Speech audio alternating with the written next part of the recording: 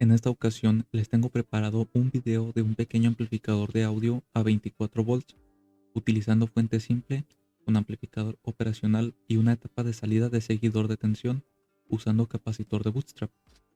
En este video van a aprender cómo funciona el capacitor de bootstrap, por qué se utiliza y cómo calcularlo, además de saber cómo utilizar operacionales en configuración no inversora, utilizando fuente simple. Vamos a comenzar con el diseño. Primeramente tenemos dos etapas.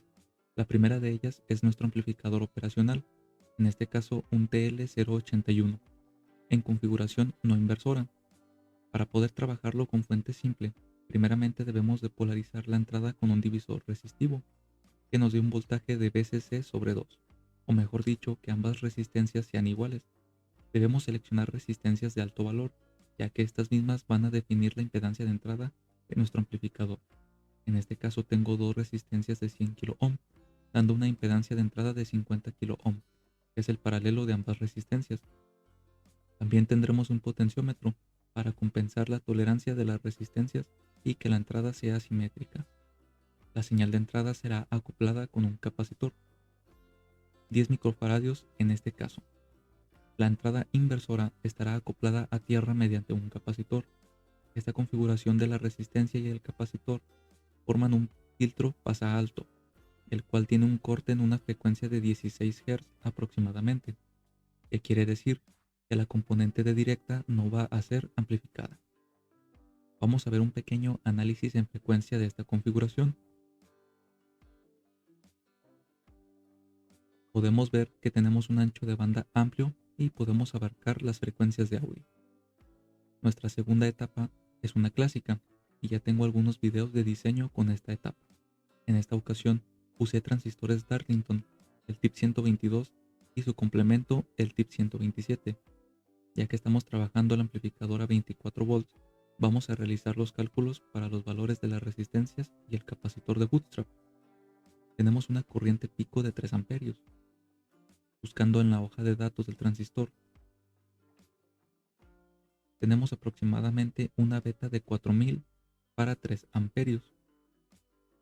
Esto nos da una corriente de base de 750 microamperios.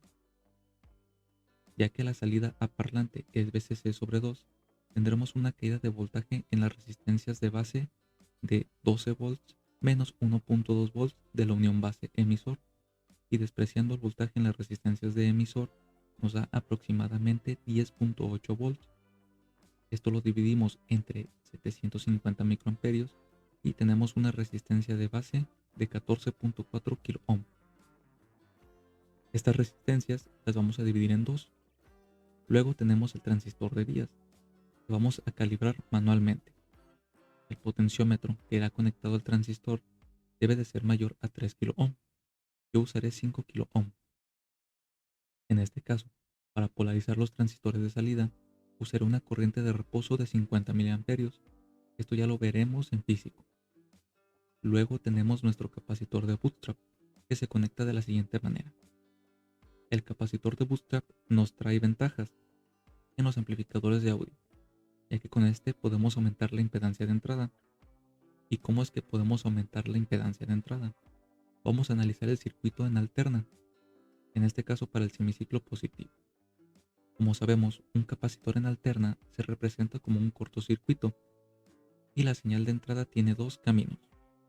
Un camino es el que pasa directo a la salida y otro es el que pasa por la resistencia. Entonces tenemos en la resistencia, en este caso R9, tenemos el mismo voltaje en ambos extremos, ya que la etapa de salida es de ganancia unitaria, el voltaje de entrada es el mismo que el de la salida, por lo que en la resistencia R9 tendremos un voltaje de 0 volt. Por lo tanto, también tendremos una corriente de 0 amperios, lo cual nos dice que esta resistencia se comporta como una impedancia muy alta, dejando así que la señal de entrada tenga mayor impacto en un solo camino. Lo mismo pasa en el semiciclo negativo. También el capacitor de bootstrap nos sirve de refuerzo para picos de tensión en nuestra fuente de alimentación, además de mejorar el rendimiento, ya que nos da más ganancia. Para calcular el capacitor de bootstrap, tenemos que ver qué impedancia está reflejada en el mismo. En este caso, la impedancia que se refleja es el paralelo de las resistencias de base, en este caso R9 y R10. Sabemos que la impedancia de un capacitor está dada por la fórmula de 1 sobre omega C, donde omega es 2pi por F. Si igualamos la impedancia con el paralelo de las resistencias, obtenemos la siguiente fórmula. En este caso se tiene que utilizar la frecuencia de corte más baja. Como estamos trabajando con audio, usaré 20 Hz, pero pueden usar la frecuencia que tenemos en la etapa de entrada, y es que utilizan otro valor de capacitor o resistencia. Tenemos los siguientes datos: 20 Hz y 3.6 kΩ, lo cual nos da un capacitor de bootstrap de 2.2 microfaradios. Se puede utilizar un valor más grande. Una vez conectados los capacitores de bootstrap, procedemos a simular. Y antes de que sature tenemos aproximadamente una potencia de 9 watts. ¿Pero por qué solamente 9 watts? Tenemos los 24 volts que equivalen a más menos 12 volts pico a pico. El operacional nos va a entregar aproximadamente más menos 10.5 volts. Y en la etapa de salida tendremos otra caída de voltaje. Tendremos aproximadamente más menos 9 volts pico a pico. En este caso, si observamos el osciloscopio, tenemos como máximo 17 volts pico a pico, lo cual es aproximadamente 6 volts RMS. 6 volts RMS en una carga de 4 ohms nos da 9 watts de potencia. Esto siempre va a ser así. Esta falta de potencia se debe a que estamos trabajando con un voltaje muy pequeño. Si trabajáramos con un amplificador con un mayor voltaje de alimentación, estas pérdidas de voltaje no representarían un problema. Para calcular el valor del capacitor de salida, usaremos la frecuencia de corte de 20 Hz y la carga de 4 ohms. Esto nos da un valor de 1989 microfaradios. Usaremos un capacitor de 2200 microfaradios y enseguida vamos a ver las pruebas en físico. Aquí tenemos ya el circuito previamente armado. Tenemos los transistores debidamente instalados. Ya tengo una carga de 3.75 ohm y un voltaje de 12.1 milivolt en la resistencia de 0.22 ohm, lo cual nos da una corriente de reposo de 56 o 57 miliamperios aproximadamente. Recordando que con este potenciómetro regulamos el bias del amplificador.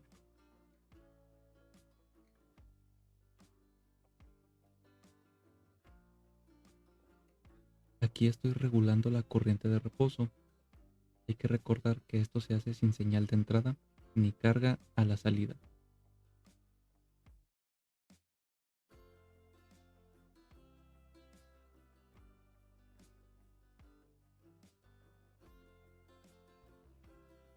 Podemos ver que no tengo conectado el capacitor de salida y tenemos un voltaje de 12.1 milivolt en la resistencia de 0.22 ohm.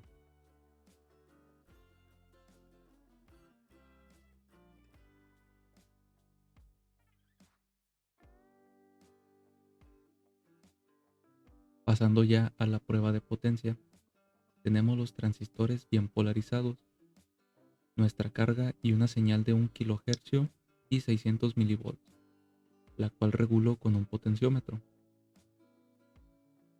Antes de que sature el amplificador, tenemos 5.25 volts RMS, lo cual equivale a 15 volts pico a pico. Y tenemos una potencia de 7.35 watts.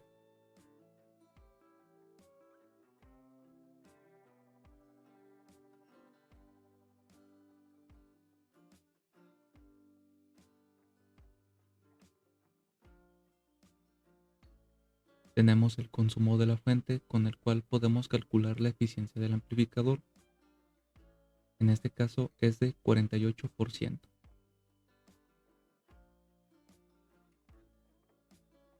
Ahora les quiero mostrar por qué usar el potenciómetro en la entrada de señal. Aquí tenemos solamente el divisor de tensión con las resistencias. Y antes de que sature el amplificador, tenemos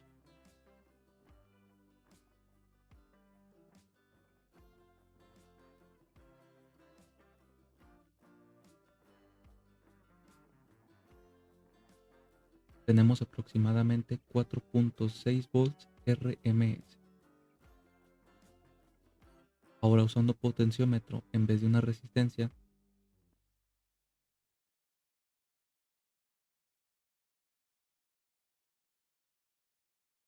Vemos cómo calibramos la simetría del amplificador.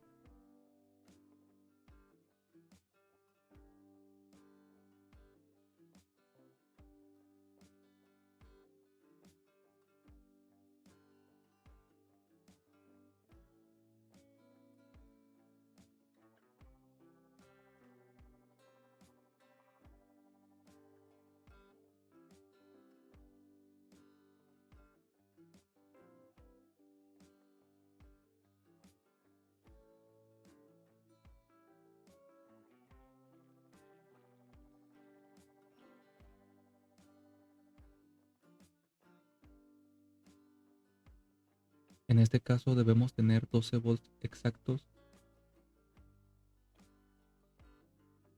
Podemos ver que con VCC sobre 2 tenemos una buena simetría.